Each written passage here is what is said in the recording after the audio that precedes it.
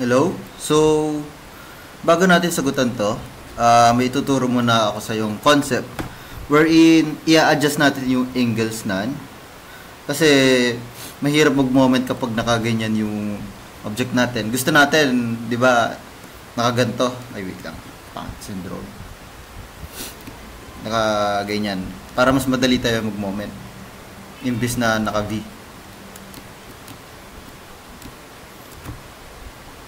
Diba?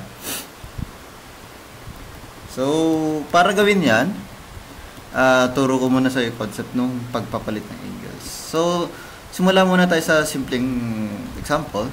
For example, ay meron kang force dito. Let's say yan ay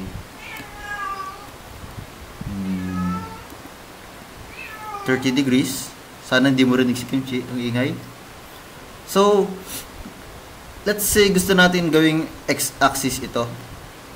Okay? Sa example natin ito, gusto natin gawing x-axis. Ito. Itong part ito. Pero, for simplicity's sake, dito tayo sa simple muna. Ayan, paganto. So, meron tayong 30 degrees dyan. Ang gagawin natin is, rotate natin yan by 30 degrees. Ito, hindi tinuro ni Sir Perez, pero nagagamit ko itong technique na to. So, 30 degrees pa clockwise. So, pag in-apply natin yun, as we can imagine, maglalagay tayo dito ng 30 degrees. Ano? So, yung line na to, magiging... Wait lang. Magiging ganito na yan. Straight line na. And mathematically speaking, wow, mathematical. 30 minus 30 is equal to 0. Ito, 0 degrees na yan, di ba? So, basically, ganun lang yung concept. Pero, wait lang. Kapag mag-a-adjust ka ng ganyan, lahat damay.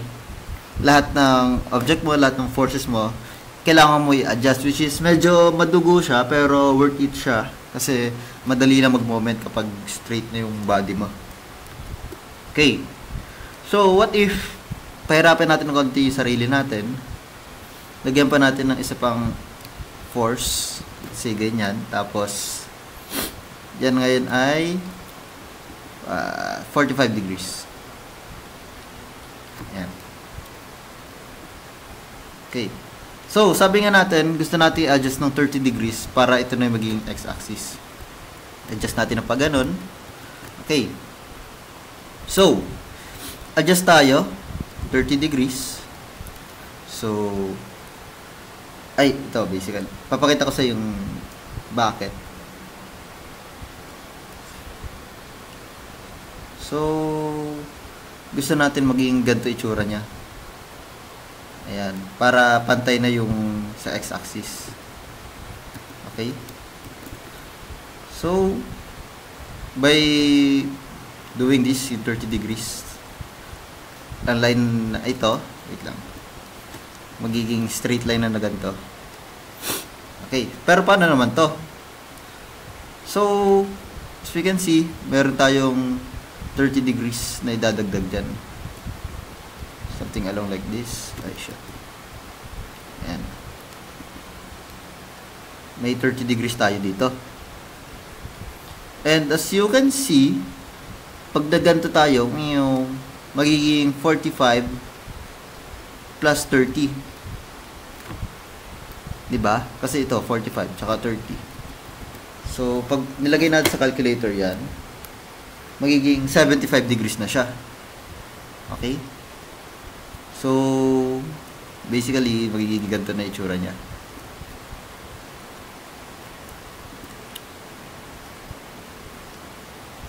$75 degrees na siya. Okay? Basta ganun lang yung concept. So, ngayon, apply na natin yung new knowledge na yan dun sa problem natin. Okay, bear with me. Medyo marami yung adjust natin, pero kaya to. Okay, so, meron tayo 45 degrees. Okay.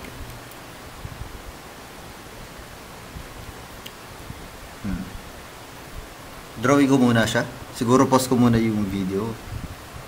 Wait lang. Kasi may pause dito.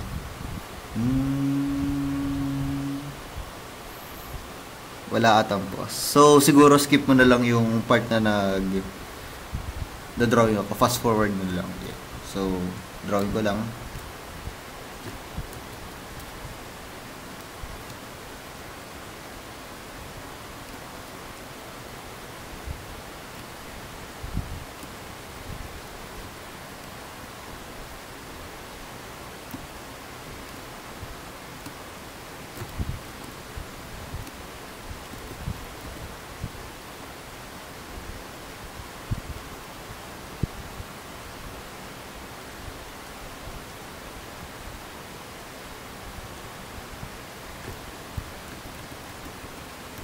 Actually, wag na. Draw sa rekta na natin. So, siguro simulan natin dito sa object na to, yung sa base natin na pag-ganon. Okay. So, sana wag mo i-skip to. Simulan natin, siguro gawin natin ito x-axis, sorry. Ito. So, ikot tayo ng 45 degrees. Ganun. 45 degrees pa dito para yung dito, yung part na to mawala na yung 45 degrees. Okay, so with that in mind, lagay natin tong line o ganyan, 0 degrees na. Okay, tapos ito naman, ayun, may 45 degrees dito. Mag-a-add tayo ng another 45 degrees pa dito. 45. So, 45 plus 45, 90 yan. So, ito pala, magiging straight na pag ganito, pataas. Kasi 90 degrees, di ba? Yan. So, mas simple na siya tingnan. Yung length natin, well, ganun pa rin naman. Lagay ko lang.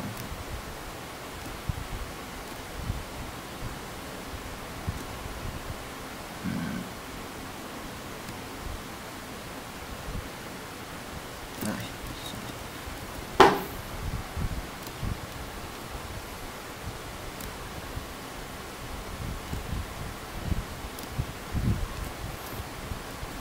Five, tsaka 5.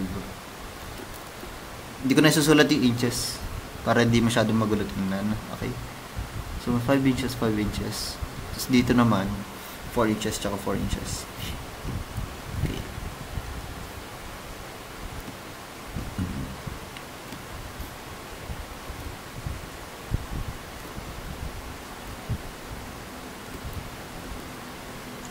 Tsaka 4. Yan. Okay. Ngayon, tingin tayo sa mga forces natin. So, dito tayo magsimula. 30 degrees. So, sabi natin 45 degrees pag ganon. Meaning to say, yung 30 degree dito, lalagay tayo ng 45 degrees. 45. Kaso, Ralph, pag ganyan, ay, so, consider muna natin ng 30 minus 45. Minus, hindi. Para masimple. Ganito technique yan. Since mas maliit si 30, kumpara dito, ang mangyayari dyan ay 45 minus 30. Okay? So, 45 minus 30, 15.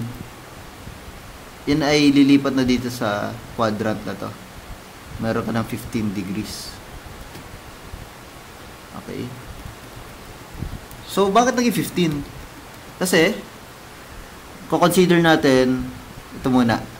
Sabihin natin, 30 minus 30, magiging 0 na. Hindi yan dito na.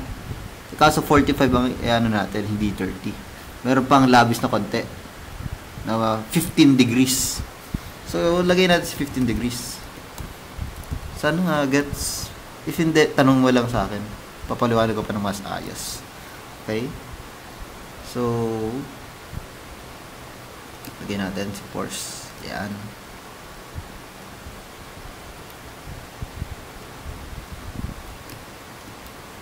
Ito ay 15 degrees. Lagyan ko lang dito, 15 degrees. Yan ay 150 pounds. 150 pounds. Okay, meron tayong isa. Hindi pa tayo dito. Meron na tayong 30 degrees pa ganito. Lalagyan natin ng 45 degrees pa dito. Okay. So, yan ay okay. Gets ko na. Para mas maliwanag siguro. Kita mo to. Meron tayong mga quadrant, di ba? Quadrant 1, quadrant 2, 3, 4. If sa tingin mo, lalampas ka na sa quadrant na yon, like, for example dito, yung 30, hindi pwedeng 30 lang ilalagdag natin, kailangan 45, lalagpas na, so mag-iiba na lang, ano yan. Ayan, may 15 na dito. Wherein dito, parang hirap pala i-put into words. Sorry. Okay. So, huwag na pala, magulo pala explanation ko. Never mind that. Ito, 30 degrees. Kailangan pa natin magdagdag ng 45 degrees pag ganito. Di ba? Yan. So, 45. Add natin together. 30 plus 45. Magiging 75 na siya. Okay? So, saan yan dito?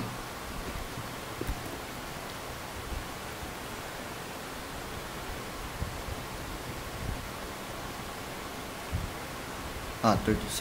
So, paganan. Yes. Kasi base sa y-axis. So, yan ay 75 degrees. Gawin dito. Pero ako kasi ayoko mag-base sa y-axis. Gusto ko lagi sa x-axis. So, lalagay ko ng angle dito. As you can see, naging right triangle siya. Wait lang. Yan. Alam nating 90 to. Ito ay 75 daw. And, para makuha natin yung angle dito, ano lang, tawag dito, interior angles lang ng triangle ay lagi 180.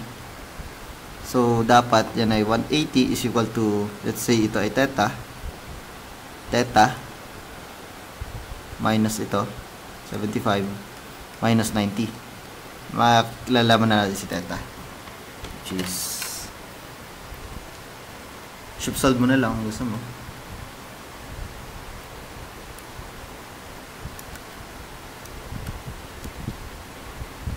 Oh shit.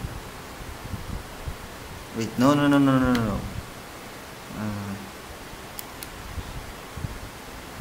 Wait, no. Oh my goodness, wait lang. Natatanga ako. Ah, okay. Dapat pala plus, sorry. Plus. Yan.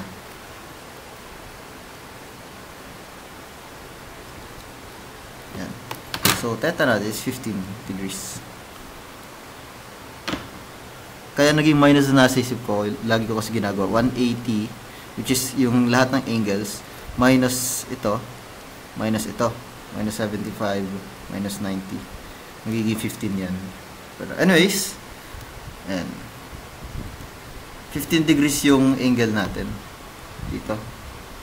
So, tatanggalin ko na si 75. Ayoko dyan. Base kasi sa y-axis. Pero, pwedeng hindi mo na gawin to, pero preference ko lang naman. So, ayan, 15 degrees na siya. Base sa x-axis. Ayan. Ito ay force F. Okay. Ito ulit. Force F tayo pag ganun. 30 degrees towards dito. Okay. Dagdagan natin siya ng 45 degrees pa. and 45 degrees. So, magiging 30 plus 45 yan. Ayan. 75 degrees. Based sa x-axis, sa y-axis. And, ayoko kasi ng y-axis.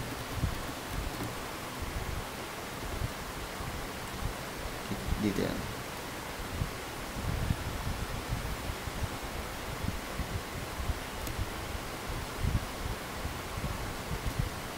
Pababa.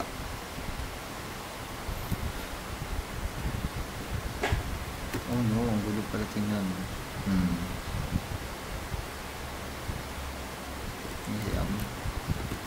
Wait. No.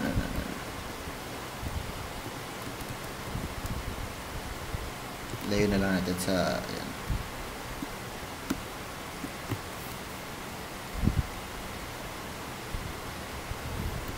So, I see negative. Okay, so, based sa x-axis, y-axis pala, ito daw ay dapat 75 degrees. Reason being, 30 plus 45. Naging 75 siya. Okay? So, 75 degrees from the y-axis. Ayoko nga ng ganun. Gusto ko babase ako sa x-axis. So, dito, meron tayong 15 degrees. Same concept lang nandito kanina sa right triangle. Na meron tayong, ito, lagay ko dito. Meron tayong 90. Tapos dito ay 75. 75 to. Tapos ito ay theta. Which is pag kinompute, 15 ang lalabas. Okay. So, meron tayo 15 dyan. Meron pa tayo isang force. Last one, let's go. Okay, so pag ganyan, meron tayong 30 degrees. Kailangan natin mag-add ng 45 degrees pag ganun. Okay? So, ano na yung angle na to? Ang mangyayari dyan ay ito. Since 45 degrees to,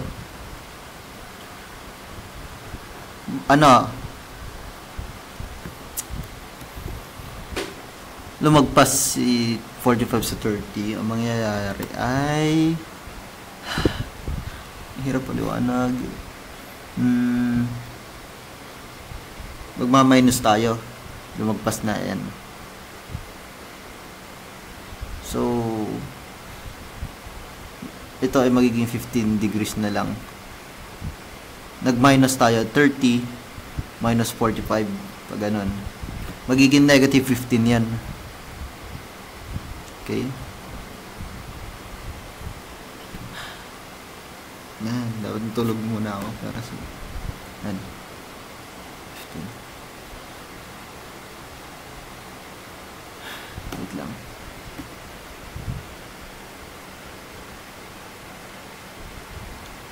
Basta yan, may 15 degrees dyan. Okay. Parang hinati lang natin itong dalawang angle. Merong 30, merong 15. Dapat equal sa 45. Pag ganun, no? Okay. So, 15 degrees pag ganun. Yung ating force.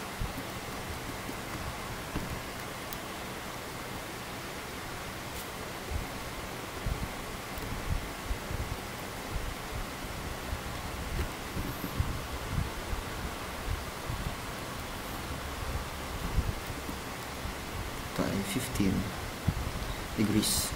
150 pounds. Ayan. So, mas simple na siya i-moment. And ang tanong kasi sa problem, kailangan yung moment dito is equal sa 0. So, dito tayo mag-moment. Point, tawagin na natin point 0. Kasi 0 yung moment niya. Okay, so, summation moment at 0 is equal to 0.0 pala is equal to 0. Ha? Pangit tingnan. Ayoko ng O. Gawin na siyang point A siguro. Point A. Okay, so summation moment at A is equal to 0. So, simulan natin itong 150. So, tingnan natin yung horizontal component niya. Hindi pwede si vertical kasi katapat niya si point A. So, horizontal component lang titingnan natin. Ang ikot niya is pa ganon. Ayan, dito. Pa ganon. Yan ay counterclockwise. So, negative 150 cosine 15. Ang moment arm niya is 5 plus 5 magiging 10. Ayan. Times 10. Ngayon, ito naman si F. Oh shit. May bilog dito. Anyways. Horizontal component at titingnan natin. Meron yun ay paganto ikot. So, pag moment tayo dyan, positive dyan. Plus F cosine 15 moment arm 5. Okay? Tapos ito naman, negative F. Titingnan naman natin ay vertical component lang. Kasi, dito si point A. Kung hatiin natin siya into its components, merong ganito. Merong ganito. Eh, hindi na ito papansinin. Kasi nakaturo siya kay A. Yan. So, yan ay hindi mo papansinin yung negative F ha. Parang sinabi lang niya na kabaliktaran niya si F. Consider natin siya as F pa rin. Ang ikot niya ay pag ganito, counterclockwise, so negative F pa rin pala. Minus F cosine. Ay, wait lang, sine pala kasi vertical component na. Sine 15. Moment arm 4. Last. Ito naman. So, ikot niya ay pag ganun. Ay. Oo. Wait. Double check ko lang. Parang nalilito ako. Ikot nito ay pag ganun. Counter. Ikot nito ay pag ganun. Positive yan. Ikot nito ay pag ganun. Positive pala to, sorry. Yan, positive. Last one is ganun. Positive din. Clockwise.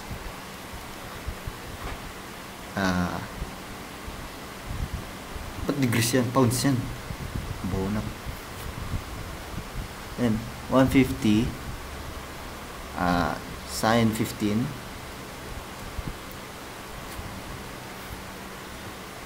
Ang moment arm niya is 8. Ito yun. 4 plus 4, 8. Try natin shift solve. 150 cosine 15 times 10 times cosine 15 times 5 plus x times sine 15 times 4 plus 50 times sine times x is equal dapat 0.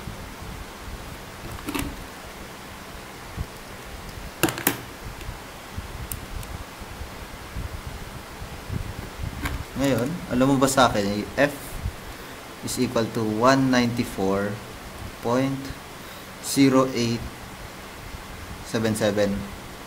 lb. Check ko lang if tama ba yung sagot ko sa cellphone.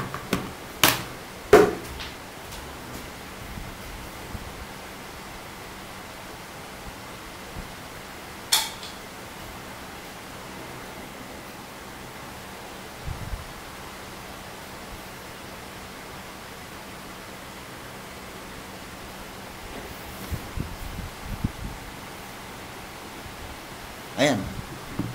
Tama.